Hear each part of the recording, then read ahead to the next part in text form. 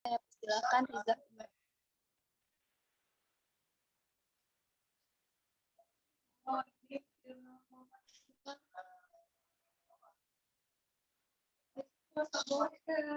Nah, udah kelihatan share screen-nya? Oke, sudah Intan. Langsung saja kepada Riza Umami, saya persilakan tolong diefisienkan waktunya ya.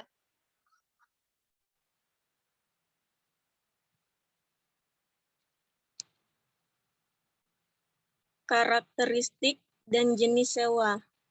Sewa adalah perjanjian antara lesi dengan lesor, di mana lesi diberikan hak oleh lesor untuk menggunakan aset milik lesor pada periode yang telah disepakati. Atas diperolehnya hak tersebut, lesi diharuskan melakukan pembayaran kepada lesor. Perjanjian sewa memungkinkan aset tersebut menjadi milik lesi atau dikembalikan kepada lesor pada akhir masa sewa. Istilah sewa pada pembahasan ini dulunya dikenal sebagai sewa guna usaha atau leasing.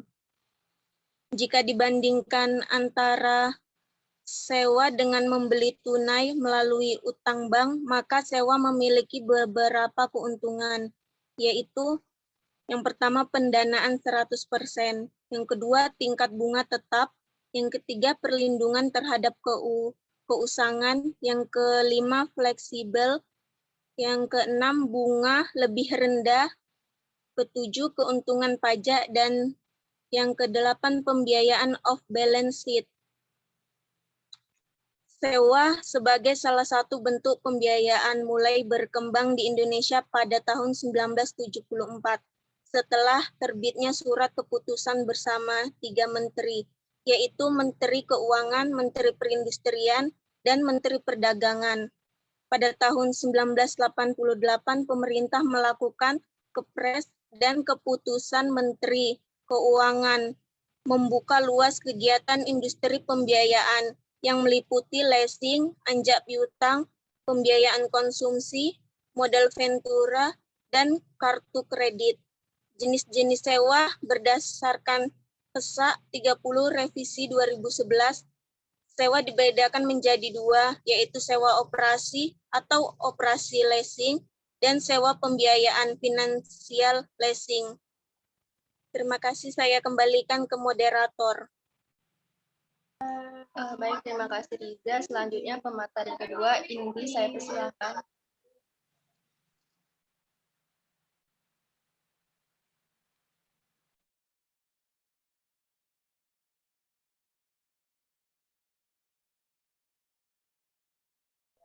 Silakan dilanjut, Indri. Akuntansi sewa untuk lese. Yang pertama itu sewa pembiayaan. Pada sewa pembiayaan, lese mengakui aset dan liabilitas di awal masa sewa sebesar nilai terendah antara nilai wajar aset sewaan dan sebesar nilai kini dari pembayaran sewa minimum. Nilai aset dan liabilitas tersebut diakui pada nilai yang sama, kecuali jika terdapat uang muka atas sewa.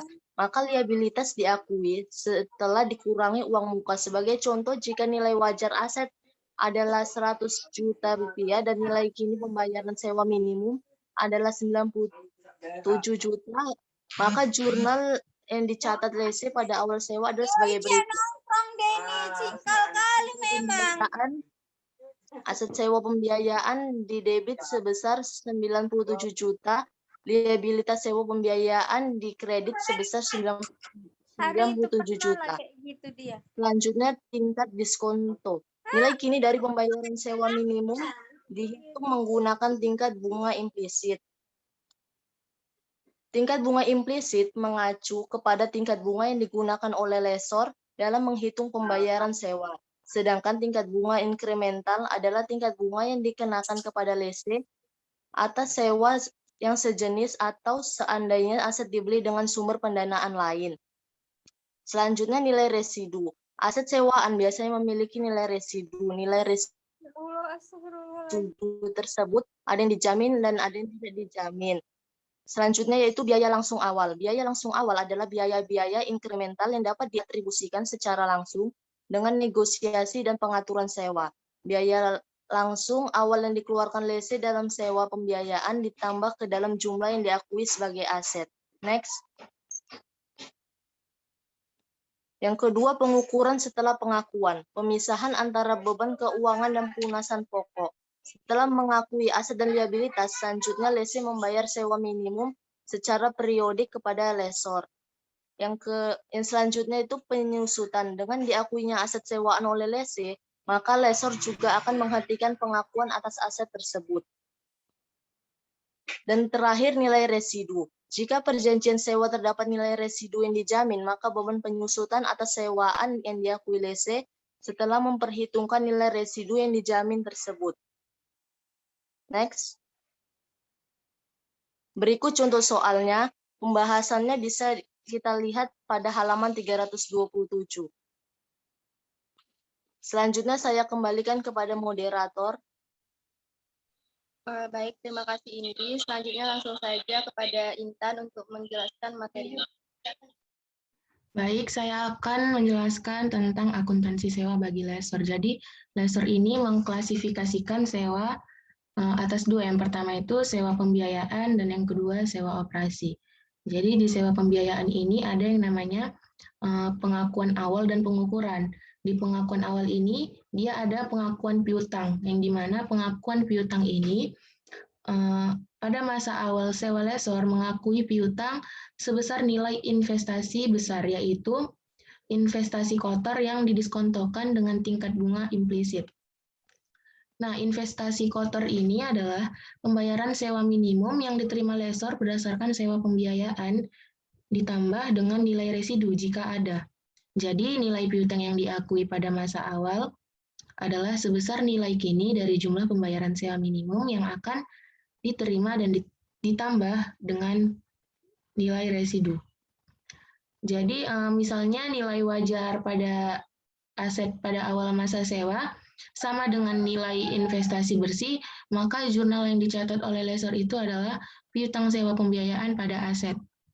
Jika lesor telah membayar uang muka, maka jurnal yang dicatat lesor itu piutang sewa pembiayaan di debit, sewa diterima di muka di debit, pada aset di kredit.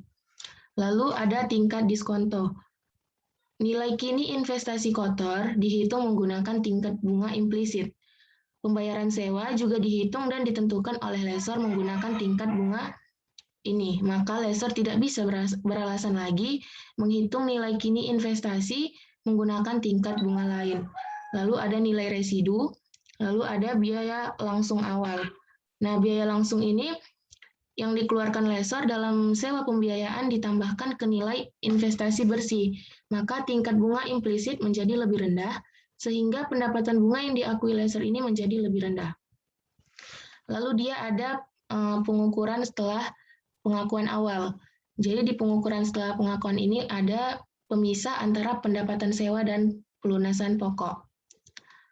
Lalu dia ada penyajian dan pengungkapan. Di penyajian dan pengungkapan ini ada laporan posisi keuangan atau neraca dan laporan laba rugi. Nah, yang kedua itu ada sewa operasi. Di sewa operasi ini sama seperti tadi ada pengakuan dan pengukuran juga. Yang pertama itu ada pengakuan pendapatan. Sama halnya dengan lesi, perlakuan akuntansi untuk bagi lesor juga sederhana karena lesor hanya perlu mengakui pendapatan atas pembayaran sewa yang diterima. Lalu yang kedua ada pengukuran pendapatan. Nilai pendapatan sewa ini diukur berdasarkan jumlah pembayaran sewa yang diterima dari lesi. Lalu yang terakhir itu ada biaya langsung awal. Biaya langsung awal ini yang dikeluarkan lesor dalam sewa operasi diakui sebagai aset sewaan dan dibebankan selama masa sewa dengan dasar yang sama dengan pendapatan sewa. Lalu dia ada penyajian dan pengungkapan. Di penyajian dan pengungkapan ini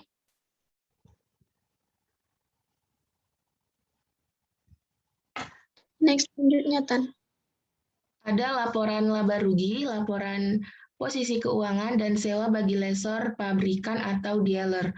Pabrikan atau dealer ini sering kali menawarkan pilihan untuk membeli atau menyewa suatu aset kepada pelanggan. Nah, sewa pembiayaan atas aset oleh lessor pabrikan ini memberikan dua jenis penghasilan. Yang pertama itu laba rugi yang ekuivalen dengan laba rugi dari penjualan biasa atas aset yang disewakan pada harga jual normal setelah dikurangi potongan penjualan jika ada. Lalu kedua itu ada penghasilan pembiayaan bunga selama masa sewa. Lalu dia ada pengakuan awal dan pengukuran. Yang pertama itu ada pengakuan piutang dan pendapatan, yang kedua ada tingkat diskonto, dan yang ketiga ada nilai residu, dan terakhir itu ada biaya langsung awal.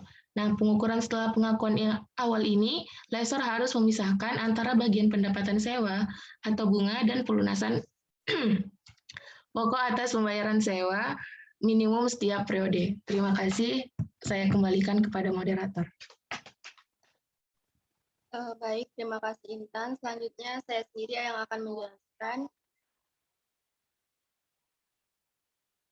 Next. Baiklah, di sini saya akan menjelaskan sedikit mengenai transaksi jual dan sewa balik. Jadi tujuan dilakukannya transaksi ini oleh lesi adalah untuk pendanaan tanpa kita harus kehilangan manfaat dari aset operasi.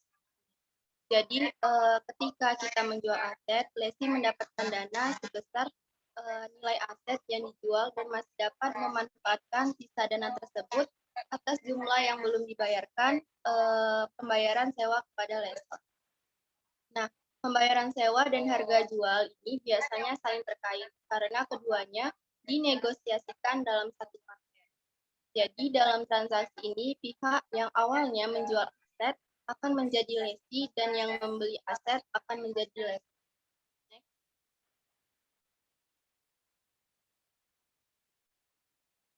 Selanjutnya, sewa pembiayaan. Di sini akan dijelaskan pengakuan dan juga pengukurannya. Yang pertama, lesi. Lesi itu adalah penjual. Jadi, transaksi jual dan sewa balik merupakan sewa pembiayaan. Maka, selisih lebih hasil penjualan dari hasil tercatat tidak dapat diakui segera sebagai pendapatan oleh penjual atau lesi. Tetapi, ini dananya ditangguhkan dan diamortisasikan selama masa sewa. Yang kedua, lessor. Lessor itu adalah pembeli. Jadi, pengakuan piutang, sewa pembiayaan pada lessor juga mengacu pada ketentuan dalam sewa pembiayaan pada pembahasan sebelumnya, yaitu sebesar nilai wajar aset.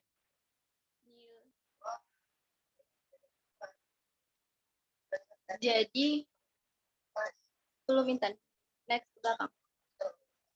Jadi nilai wajar tersebut juga digunakan sebagai dasar penentu nilai pembayaran sewa oleh lesi.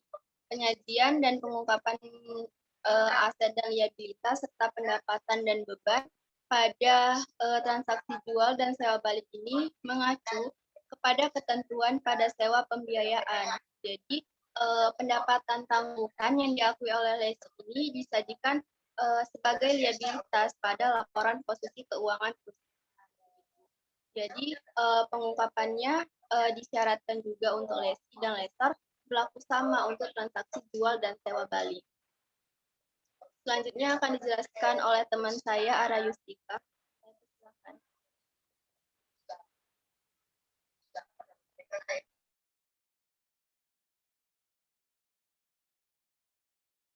Ara, mic-nya belum dihidupin, Ra.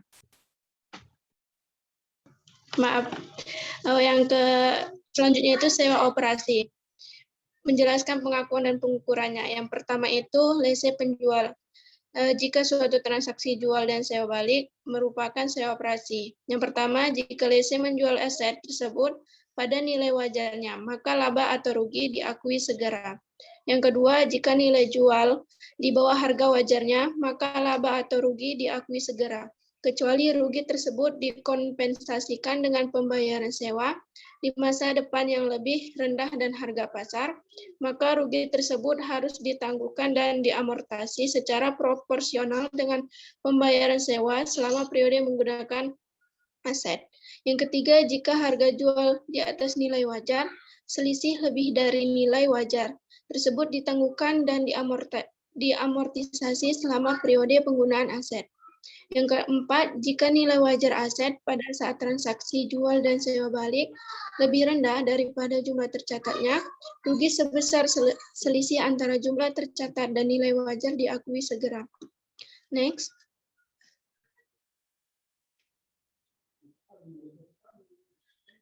Yang kedua itu lessor atau pembeli. Pengakuan pendapatan sewa operasi bagi lessor atau pembeli juga mengacu pada ketentuan dalam sewa operasi pada pembahasan sebelumnya. Penyajian dan pengungkapannya, penyajian aset dan liabilitas, serta pendapatan dan beban pada transaksi jual dan sewa balik ini mengacu pada ketentuan pada sewa operasi, kecuali untuk laba tangguhan yang diakui lese disajikan sebagai liabilitas pada laporan posisi keuangan. Baik, akan dijelaskan teman saya. Baik, terima kasih Ara. Sebelum lanjut ke materi yang terakhir ini, saya menghimbau untuk teman-teman semua agar mengaktifkan kameranya ya. Oke, silakan Fadila untuk menjelaskan materi selanjutnya. Selanjutnya yaitu analisis laporan keuangan. Jadi perlakuan akuntansi atas sewa pembiayaan dan sewa operasi memiliki dampak yang berbeda terhadap penyajian laporan keuangan. Jika pada sewa pembiayaan, lesi mengakui aset sekaligus liabilitas sewa sehingga berdampak terhadap komposisi di laporan posisi keuangan. Sementara pada sewa operasi, lesi tidak mengakui aset maupun liabilitas sewa di laporan posisi keuangan. Lesi hanya mengakui beban atas pembayaran sewa. Istilah ini disebut juga sebagai off-balance sheet financing.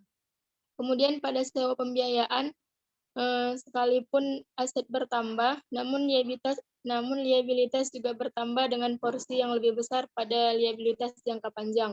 Penambahan liabilitas ini akan berdampak negatif terhadap rasio-rasio keuangan, seperti rasio utang terhadap ekuitas dan imbal hasil atas aset. Hal inilah yang menyebabkan banyak perusahaan menghindari untuk mengakui suatu sewa sebagai sewa pembiayaan. Untuk itu diperlukan analisis yang memadai untuk menentukan klasifikasi suatu sewa agar penyajian di laporan keuangan mencerminkan substansi transaksinya. Saya kembalikan kepada moderator. Baik, terima kasih Fadila. Sekianlah presentasi dari kami. Untuk sesi selanjutnya, langsung saja ke WA ya Bu. Nah, untuk sesi tanya jawab, kita ke WA. Persilakan teman-teman untuk boleh live dan kita lanjutkan di WA.